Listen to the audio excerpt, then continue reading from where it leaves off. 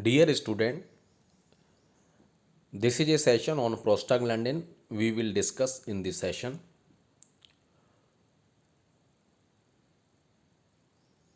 Till date, in autocoid, we have discussed antihistaminics, serotonin, drug therapy of migraine, gout, and rheumatoid arthritis. In session of rheumatoid arthritis, migraine, and gout, we discussed non-steroidal anti-inflammatory drugs are used in treatment of these disorders for symptomatic relief. These non-steroidal anti-inflammatory drugs, also called as NSAIDs popularly, act by inhibiting prostaglandins. These NSAIDs are analgesic and anti-inflammatory agent, and their mechanism of action is by inhibition of prostaglandin. In this session, we will discuss synthesis of prostaglandin and their pharmacological action.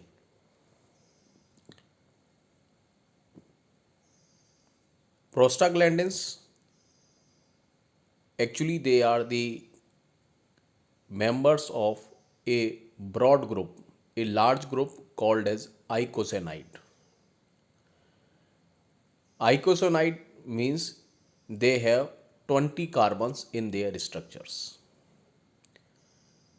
Icosanoid, it is a broad group which consists of different chemicals like prostaglandins, prostacyclins, thromboxane, and leukotriene.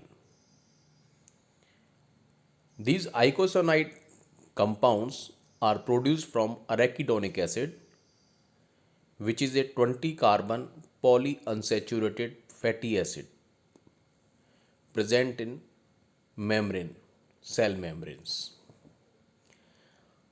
How these are formed, how the different icosanoid are synthesized in our body, it is reflected in this diagram.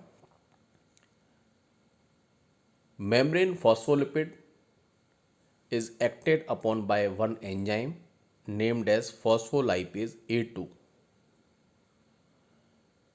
and by the action of phospholipase A2 arachidonic acid is synthesized, which is the precursor of different icosanoid compound like prostaglandin, prostacyclin, thromboxane, and leukotriene. Then from the molecule of arachidonic acid,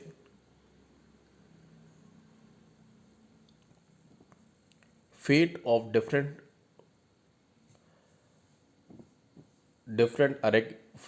icosanoid is divided.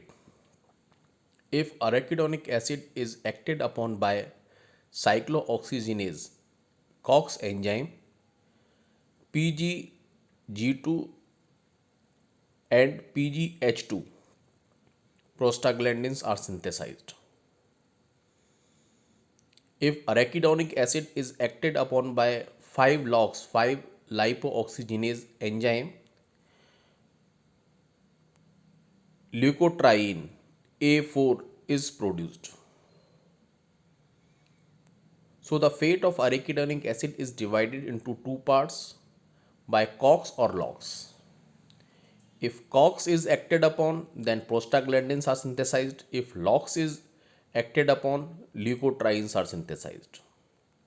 Lipooxygenase synthesize leukotriene, cyclooxygenase synthesize prostaglandins. Different types of prostaglandins, prostacyclin and thromboxane. As we have discussed, icosanoid mainly are four types: prostaglandin, prostacyclin and thromboxane. So these three compounds are synthesized by only single enzyme, that is COX, and the remaining one, that is leukotriene, is synthesized by the enzyme 5-LOX, 5-lipooxygenase enzyme. If COX enzyme acts upon arachidonic acid, we get prostaglandin G2 and prostaglandin H2. And this molecule PGG2 and H2 is converted into different types of prostaglandin, prostacyclin and thromboxane A2 depending upon this reaction is occurring in which site of body and this tissue is having which type of enzyme. If this reaction PGG2 or H2 is present in platelet, the platelet has thromboxane synthetase enzyme which convert PGG2 and H2 into thromboxane A2. Because the enzyme responsible to synthesize thromboxane A2 is thromboxane synthetase, it is present in platelet, so thromboxane A2 is synthesized in platelet. If PGH2 is present in blood vessel endothelium, which is having prostacyclin synthase, so PGI2 is produced. In rest of the body tissues, PGD2, PGE2 and PGF2 alpha is synthesized. So fate of PGS2 is decided by which type of enzyme is having by different tissues. If the PGS2 is present in platelet, so thromboxane A2, so thromboxane synthetase is present, so PG thromboxane A2 is produced. If this reaction is in the vascular endothelium, which is having prostacyclin synthetase, so PGI2 is produced. In rest of the tissues, isomerase enzyme is present, so different type of prostaglandin like D2, E2 and F2 alpha are synthesized. If arachidonic acid is acted upon by 5-LOX enzyme, so leukotriene A4 is converted since 5 leukotriene A4 is synthesized, which again synthesize LTB4, that is the chemotactic factor, and LTC4, D4 and E4 are produced. These C, D and E, these act on cis leukotriene receptor which causes bronchoconstriction. So leukotriene basically causes bronchoconstriction. That's why they are important chemical mediator, important inflammatory mediator in asthma. So now we will see which drugs inhibit different enzymes. Phospholipase A2 is inhibited by corticosteroids. If when the corticosteroid inhibit phospholipase A2, inferior cascade reaction like arachidonic acid, COX, LOX and COX, LOX producing prostaglandins are inhibited. So these are the chemical mediator, inflammatory mediators. So inflammation is inhibited. So corticosteroids are having potent anti-inflammatory action. In this diagram, you can also see non-steroidal anti-inflammatory drugs inhibit COX enzyme, cyclooxygenase enzyme. So different inflammatory mediators, different prostaglandins are inhibited. So they are also anti-inflammatory drug. 5-LOX enzyme is inhibited by Gilutan. So this drug can be used in treatment of asthma and other drugs, other diseases in which bronchoconstriction is prominent feature because its leukotriene synthesis is inhibited.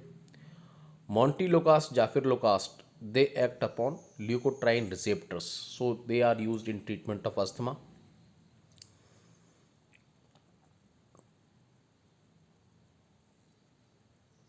In this diagram, we can also see, suppose if a patient of asthma is taking aspirin, what will happen? Aspirin is the non-steroidal anti-inflammatory drug which will inhibit COX enzyme. So PGH2 and downward cascading reaction will be inhibited by aspirin and other NSAIDs. So metabolism of arachidonic acid will be shifted towards 5-LOX pathway. So in this patient, more leukotriene will be generated because you have inhibited COX enzyme with the help of NSAID and aspirin. So this patient will produce more leukotriene and will manifest more manifestation of bronchoconstriction.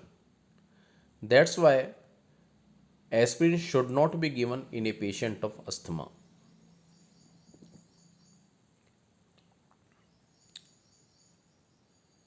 This slide we have discussed already. Cyclooxygenase act on arachidonic acid to produce cyclic endoperoxide in all cells.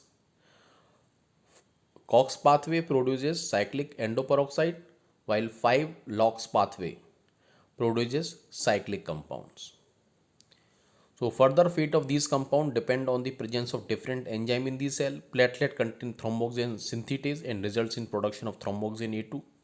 Vascular endothelium contain prostacyclin synthase and this produces PGI2. PGI2 is also called as prostacyclin. Various cells contain enzyme isomerase and they convert cyclic endoperoxide to PGD2, E2 and PGF2 alpha. Corticosteroid inhibit the enzyme phospholipase A2 by inducing the production of lipocortin and lipocortin are also known as annexin. Non-steroidal anti-inflammatory drug decreases prostaglandin and thromboxane production by inhibiting COX, cyclooxygenase. Cyclooxygenase pathway generate icosanoid with a ring structure like prostaglandin, thromboxane, prostacyclin, all these are ring structure cyclic compound, while lipoxygenase produces open chain compound, linear compounds like leukotriene. Now further moving ahead, we will discuss different type of cyclooxygenase enzyme.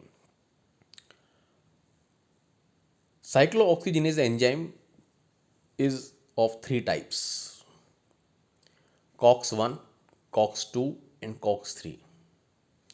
COX3 is relatively new enzyme to be discovered.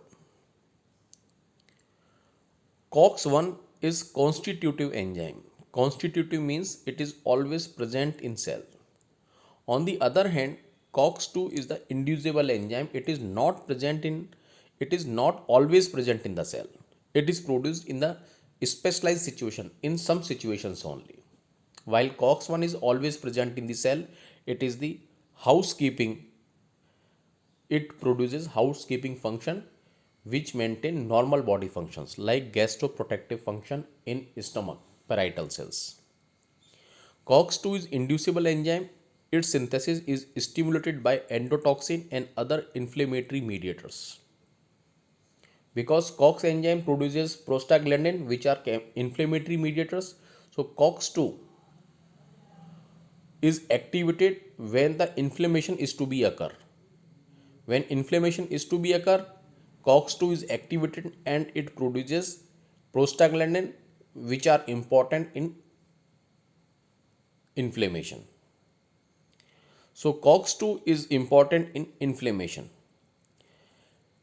But in some of the site of body it is constitutive in nature like in brain, endothelium and kidney. Role of COX2 enzyme has also been found as a pro-carcinogenic due to inhibitory activity on apoptosis, stimulation of cell migraine and invasiveness.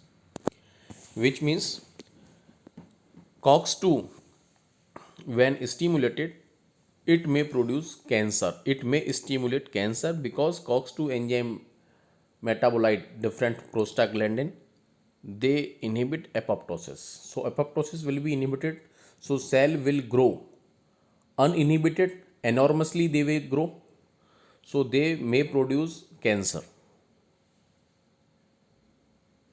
So prostaglandin synthesis inhibitor drug like aspirin may be tried, may be used in treatment of some of the cancer like colonic polyposis. Recently discovered COX3 enzyme, it isolated from cerebral cortex. It is found to be involved in pain perception and fever. It is not involved in inflammation. Paracetamol is the very popular drug that is used to for treatment of fever, It inhibits COX-3 enzyme selectively. And COX-3 enzyme is involved in pain perception and fever, and it is not involved in inflammation. So paracetamol is not an anti-inflammatory drug. It is antipyretic drug which reduces fever, and it is analgesic action also which relieves pain. But paracetamol is not an anti-inflammatory drug because it inhibits COX-3 enzyme which is not involved in inflammation.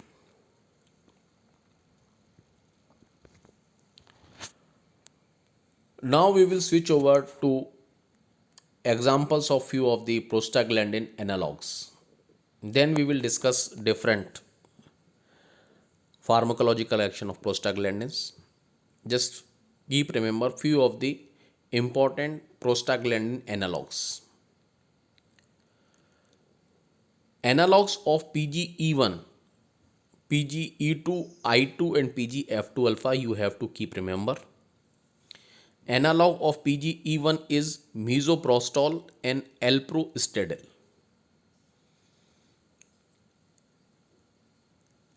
Misoprostol and alprostadil. Analog of PGE2 is dinoproston. PGI2 analog are epopro, tripro, epoprostenol, treprostinil. These are the PGI2 analog. PGF2 alpha, as we have discussed in treatment of glaucoma, that is latanoprost. And other one is carboprost, that is not used in glaucoma as frequently as latanoprost. So let us revise. PGE1 has two analogs. PGE2 you have to keep remember only one. PGI2 is 2 and PGF2 alpha again 2. PGE1 misoprostol and alprostadil. PGE2 is dinoproston. PGI2 is epopro, tripo. PGF2 alpha is latanoprost and carboprost.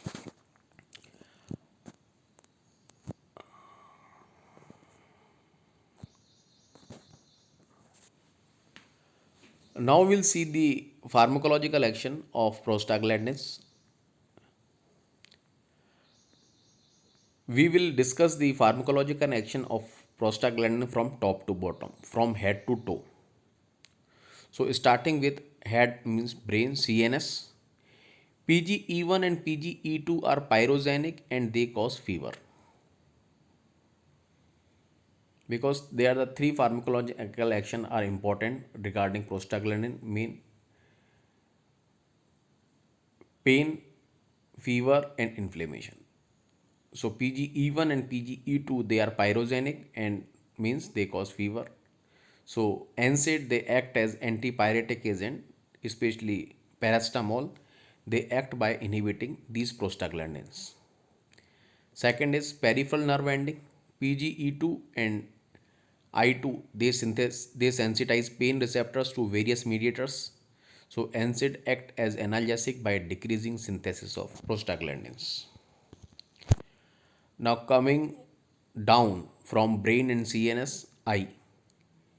As we have discussed in treatment of glaucoma, PGF2 alpha, it decreases intraocular pressure by increasing the uveoscleral outflow. Latanoprost PGF2 alpha is being used as a eye drops for glaucoma, and nowadays it is the drug of choice for treatment of open angle glaucoma. Other prostaglandin derivatives, other prostaglandin analogs are also tried like bimatoprost, travoprost and uniproston. Now heart, cardiovascular structure down to eye. Cardiovascular structure, PGE2 and I2 are vasodilators, and PGF2 alpha and thromboxane A2 these are the vasoconstrictor agent. So keep remember EID, EID. E2, I2 they causes dilatation. EID, EID. Whereas PGF2 alpha and thromboxane A2 these are the vasoconstrictor agent.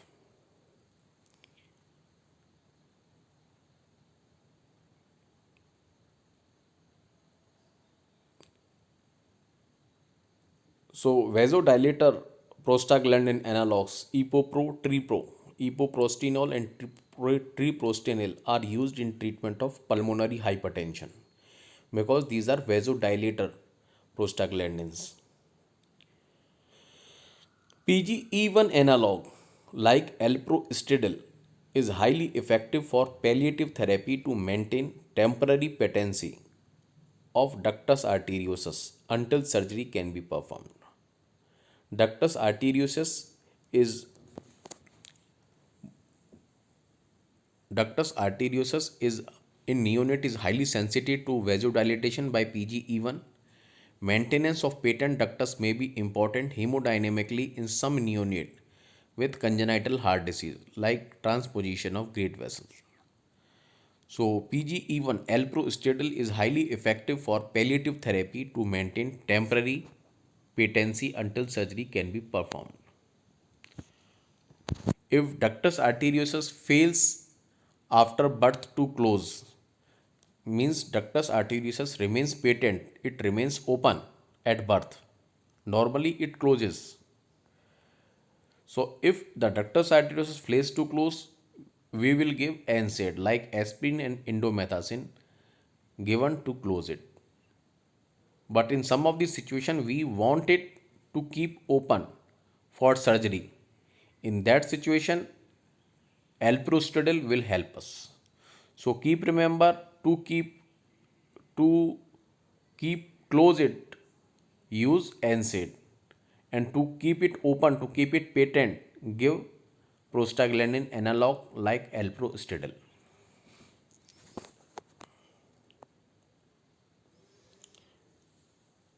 Next use is platelet.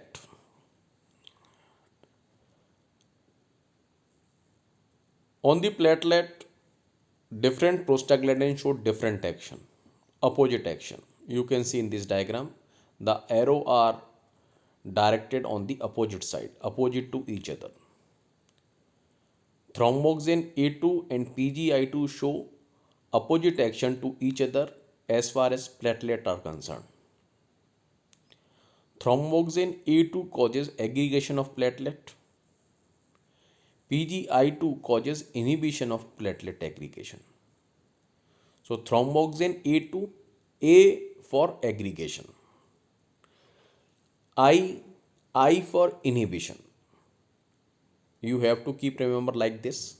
Thromboxane A2 causes aggregation of platelet, so they produces it promote thrombus formation in blood vessel because of aggregation of platelet.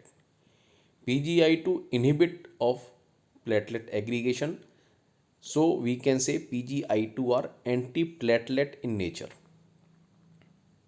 Antiplatelet means they inhibit platelet aggregation. I for inhibition, thromboxane A2, A for aggregation of platelet. Normally in our body, concentration of thromboxane A2 and PGI2 is similar. So there is no thrombosis, no bleeding is there. Thromboxane A2 concentration is more. It will cause aggregation of platelets, so thrombus will be formed. If the concentration of PGI2 will be more, so it will produce inhibition of platelet aggregation, so bleeding will be produced. Normally in our body, concentration of thromboxane A2 and PGI2 is same, so there is no thrombosis, no bleeding is there. For antiplatelet action, this antiplatelet action is highly required in some of the few critical conditions like atherosclerosis, myocardial infarction, cerebrovascular accident. In these clinical situations, thrombus is formed in blood vessel. So blood supply to the vital organs like heart and brain is reduced.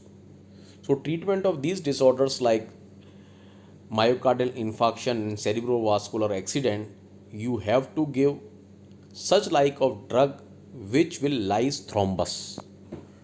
Which will lyse thrombus means antiplatelet drug. So for antiplatelet action, you have to give such type of drug. Either they will decrease thromboxane A2 activity or such type of drug that will increase PGI2 activity, because as we have discussed, thromboxane A2 is causes aggregation of platelet. So for antiplatelet action you have to decrease thromboxane A2 activity, and we have discussed PGI2 causes inhibition of platelet aggregation. So for antiplatelet action you have to increase PGI2 activity. So thromboxane A2 activity is decreased by aspirin. Aspirin is non-selective COX enzyme inhibitor drug. And to increase PGI2 activity, PGI2 analogs are given, as we have discussed. Epoprostenol is given. Okay. So now discussing the further details of antiplatelet action or platelet pharmacological action on of prostaglandins. PGI2 we have discussed. PGI2 inhibit platelet aggregation, whereas thromboxane A2 is a potent aggregator of platelet. Non-selective COX inhibitor like aspirin, which inhibit the generation of both of these compounds, thromboxane A2 and PGI2, both synthesis are inhibited. But aspirin shows action of thromboxane A2 synthesis inhibition only. What is the reason behind it? We will discuss. Thromboxane A2 is synthesized in platelet, as we have discussed, and its synthesis cannot be resumed once it is inhibited by NSAID, because platelet lack nuclei. When aspirin has blocked synthesis of thromboxane A2 in platelet, this inhibition is irreversible, because platelet lack nuclei, so nuclei is absent, so it cannot generate more enzymes. Whereas PGI2 synthesis resumes after some time, because PGI2 is synthesized by endothelial cell which contain nuclei.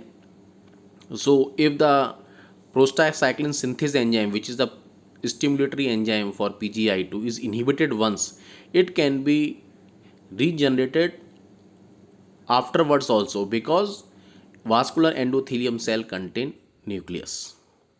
So net result of this process is inhibition of thromboxane A2 synthesis and platelet anti-aggregation. So aspirin inhibit synthesis of both of the prostaglandin, thromboxane A2 and prostacyclin I2.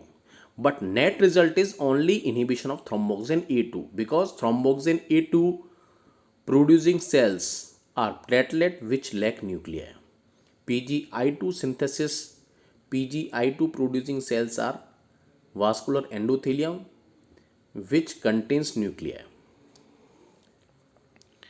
So low dose aspirin is used as an antiplatelet drug, and it is very useful drug for prophylaxis of myocardial infarction and cerebrovascular accident or stroke. Epoprostenol can be used as an anti-aggregatory drug in dialysis and cardiopulmonary bypass. It can also be used for storage of platelet for transfusion. So we have discussed action of prostaglandin on brain, peripheral nerve endings, eye, heart, and cardiovascular system, platelet. Now coming down to heart, cardiovascular system, and platelet, bronchus. As we have discussed, EID. EID means PGE2 and PGI2 are dilator. They are vasodilator and they are bronchodilator as well. And thromboxane A2 and PGF2 alpha, they are vasoconstrictor and they are bronchoconstrictor agent as well. So PGE2 and PGI2 are bronchodilator. So PGE2 are given in aerosolized form to terminate acute attack of asthma. But this use is not commonly not popular. The other more effective drugs are used. We will discuss in asthma. COX inhibitor like aspirin causes more production of leukotriene, as we have discussed, because due to enzyme inhibition of arachidonic acid now produces only leukotriene.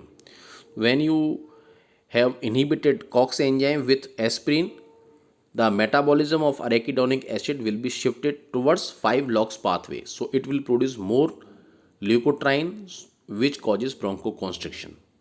That's why aspirin should not be given in asthmatic patient. And aspirin can result in precipitation of asthma attack because leukotriene are the main bronchoconstricting mediator in human asthma. Now coming down to bronchus and cardiovascular system, GIT is there. So PGE2 and I2 we have discussed, they are vasodilator, they are bronchodilator, and they decrease acid secretion as well. They decrease acid secretion and they increase mucus production and mucosal blood flow. That means all these factors decrease the chances of peptic ulcer. And NSAID on long-term use can precipitate peptic ulcer disease due to inhibition of prostaglandin synthesis. That's why when a patient take aspirin and aspirin-like drugs for longer period, he or she develop gastritis, heartburn, or acidity. So this acidity reflux is produced because of prostaglandin synthesis inhibition. So misoprostol is the most specific drug for treatment of peptic ulcer due to chronic NSAID use. But drug of choice for treatment of peptic ulcer due to chronic NSAID is still proton pump inhibitor. A specific drug is misoprostol, but drug of choice is proton pump inhibitor, which are more efficacious in treatment of this disease, which we will discuss in GIT. PGE2 and PGF2 alpha, they cause diarrhea and colicky pain in abdomen. These symptoms are important side effect of these drugs. Prostaglandin seems to play some role in colonic cancer, as we have discussed. So prostaglandin play some role in colon cancer. So regular use of prostaglandin synthesis inhibitor like aspirin or celecoxib, they decrease risk of colonic polyp and cancers.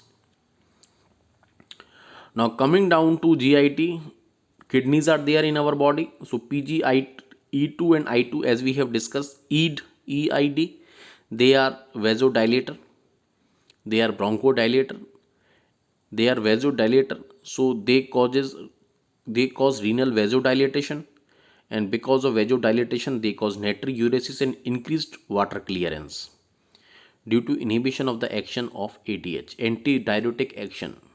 Antidiuretic hormone is inhibited. Antidiuretic hormone makes the urine more concentrate. So urine is no longer more concentrate, it remains dilute. And these prostaglandin also facilitate renin release. So loop diuretic, which causes act partly by increasing the stimulation of COX. So main mechanism of loop diuretic is different, but minor action of loop diuretic is because of stimulation of COX enzyme also, which is inhibited by non-steroidal anti-inflammatory drugs. So NSAID decreases the diuretic action of loop diuretics because they inhibit COX enzyme. Now male reproductive system, PGE2 and PGI2, they increases sperm motility and enhance penile erection. If you can keep remember and recollect your memory, for erection parasympathetic system is important. Here again it is repeated, PGE2 and PGI2 increases sperm motility and enhances penile erection. Alprostadil can be used to treat erectile dysfunction. Alprostadil is also used in to keep the patent ductus arteriosus open.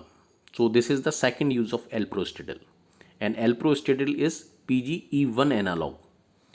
The another PGE1 analog is misoprostol, which is the specific drug for treatment of NSAID induced peptic ulcer disease. So these are the uses of PGE1 analog. Misoprostol is used in peptic ulcer caused by NSAID, and alprostadil is used in erectile dysfunction and to keep the ductus arteriosus patent. After male reproductive system, we will see effect of prostaglandin on female reproductive system, that is uterus. It causes softening of cervix. That's why dinoprostone, that is PGE2 analog, or misoprostol, that is PGE1 analog, they are used intravaginally. They are employed intravaginally for cervical ripening during labor.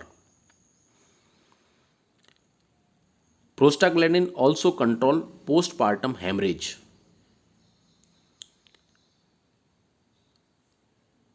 Because of vasoconstriction action that is required after delivery.